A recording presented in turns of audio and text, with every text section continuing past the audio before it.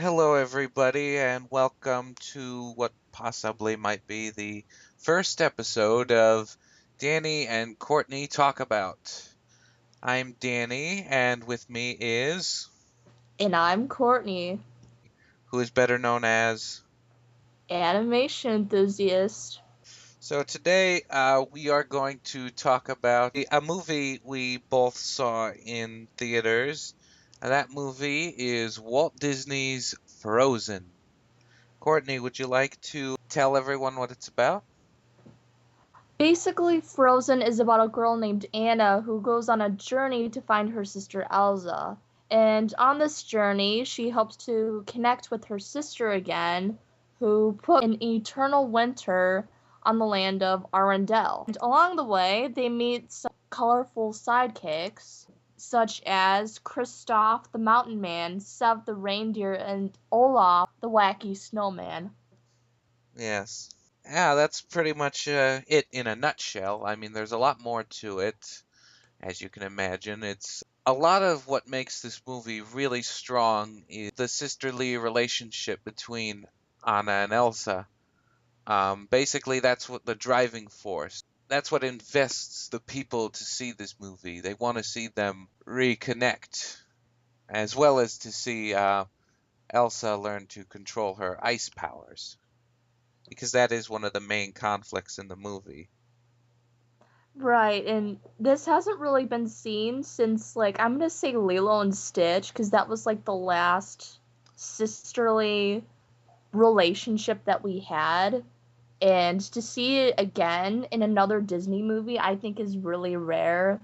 Because it's either like, oh, well, we have to save this damsel in distress, or oh, I'm gonna marry some guy. So the plot, yeah, I consider it pretty original because of that sisterly bond and Well, whatnot. well, it's funny you say that because it's actually a very loose adaptation of Hans Christian Andersen's fairy tale, The Snow Queen. And funny fact, Disney has wanted to do a Snow Queen adaptation for a long time. I think ever since the 1940s. I'm pretty sure it was the 1940s when they had started, and they've been doing it for, I mean, like, even in like the 90s, I think there was like planning for this, and then it got scrapped even then. Yeah. As an adaptation, this is very loose. Basically, I think a good way of putting it is it's like how the Miyazaki film Ponyo is an adaptation of Hans Christian Andersen's other fairy tale, The Little Mermaid. Does that mean it's bad? Absolutely not. I thought this movie was actually really good. What did you think? Yeah, I would have to agree. I personally really liked the story, and as I've previously mentioned, it is rare to see a plot like this compared to other Disney films from prior to. Yeah, I agree as well. Now, here's a question. Who's your favorite character in this movie? Oh my god, definitely Olaf. Now, looking at him, you'd think he'd be a pain in the butt, but really, he was just a really funny character. Yeah, it's funny you say that because, from what I understand, for a long time, the internet hated this character because Disney used him in all of the advertising, as opposed to Anna and Elsa. But yeah, when I saw him, he was pretty enjoyable. I think my favorite joke was when he kept calling Kristoff Sven, thanks to a humorous little misunderstanding from Anna. And you are. Oh, I'm Anna. And who's the funky looking donkey over there? That's Sven. Uh huh. And who's the reindeer? Sven? Oh, okay. Make things easier for me. Oh, look at him trying to kiss my nose. My favorite character, that's a tough one. I think it's probably either Anna or Elsa because they're both very interesting. I think I probably would lean towards Elsa because she's one of Disney's more complicated characters because it's clear she wants to have a good relationship with her sister, but she also wants to protect her from her dangerous ice powers. And a fun fact to you, everyone, she is the first Disney queen and not the first Disney princess. So yeah, they're all good characters. What did you think of these songs? Because this is a musical. Now, what they probably should have done was spread them out more, and what I mean by that is like what they had done in the very beginning was that they had played a song without taking some sort of break and then just moved into another song shortly after. Now, it wasn't until the song Let It Go that it kind of took that break in between each song. Like, there would be a song and then, like, a break in between the songs after Let It Go, I think, anyway. But did you like any of them? But yeah, otherwise, yeah, I really enjoyed the songs. It just, they should have spread out the songs better, in my opinion. Just to have some sort of balance between song and, the movie itself, I think. What was your favorite song? My two would have to be Let It Go, which was Elsa's song to the movie, and then Olaf's song, the one where he's singing about summer. I thought that was just really funny. Yeah. Yeah, Let It Go is probably everyone's favorite, including mine. I hope that song wins an Oscar this year. I also like the song For the First Time in Forever. I thought that was a pretty good one. I like the Fixer Upper song sung by the Trolls. Oh yeah, that was a cute song. I like the song with Anna and Prince Hans. I think Oh it was yeah, called the Love. quote unquote love interest. And what I find funny is that the movie itself even pokes out, like the probably something done in prior. I wouldn't say prior, but like older Disney movies where Kristoff points out, "Oh, you're marrying some guy you met in one day."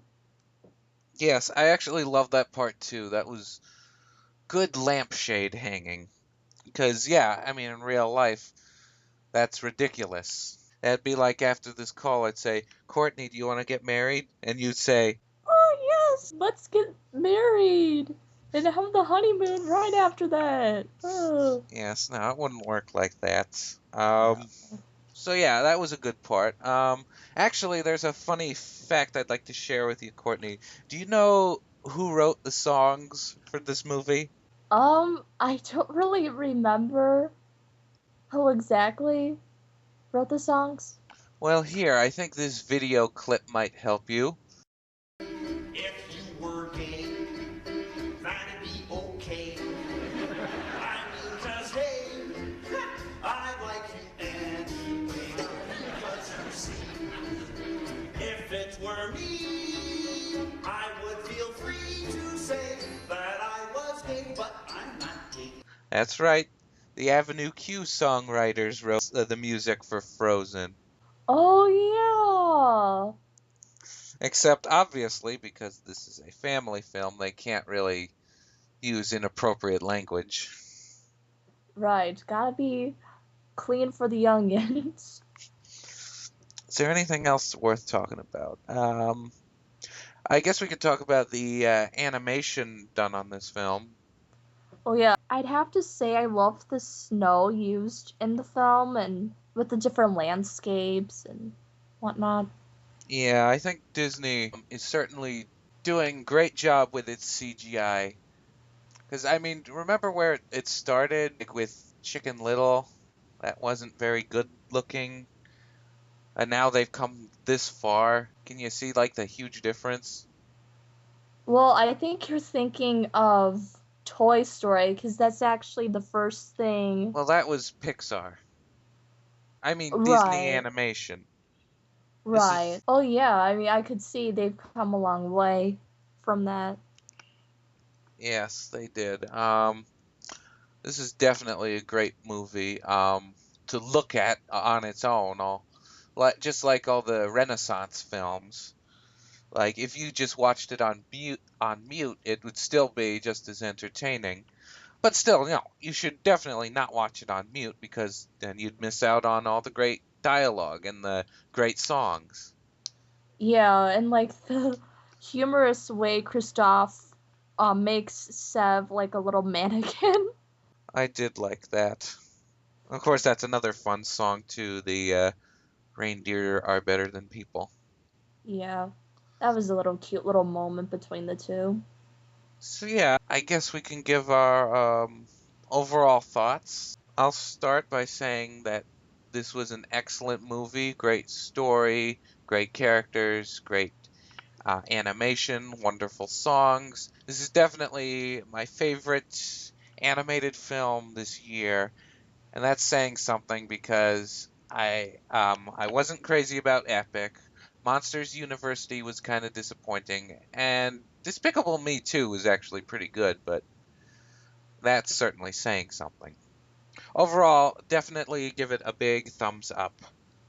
Go see it when if you have the chance. And I also give it a thumbs up, and I find it to be my favorite movie of 2013, although I did like Monsters University and Despicable Me 2. And the only thing I would say that needed to be changed was the spread out of the songs. I think just a matter of balance between like the songs and like the scenes in the movie, rather than just have a song and then shortly after another song. But yeah, I would definitely recommend it to anyone who's like an animation fan or a Disney fan.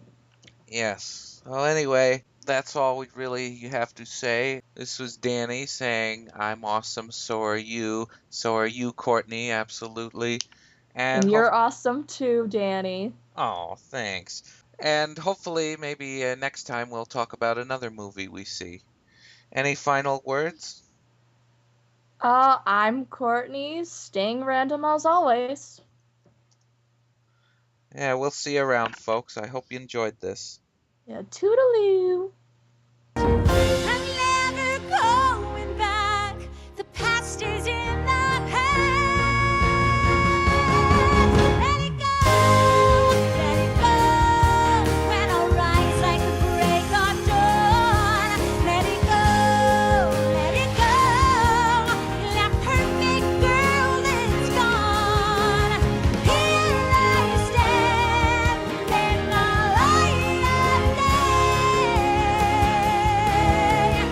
Let the storm rage on. The cold never bothered me anyway.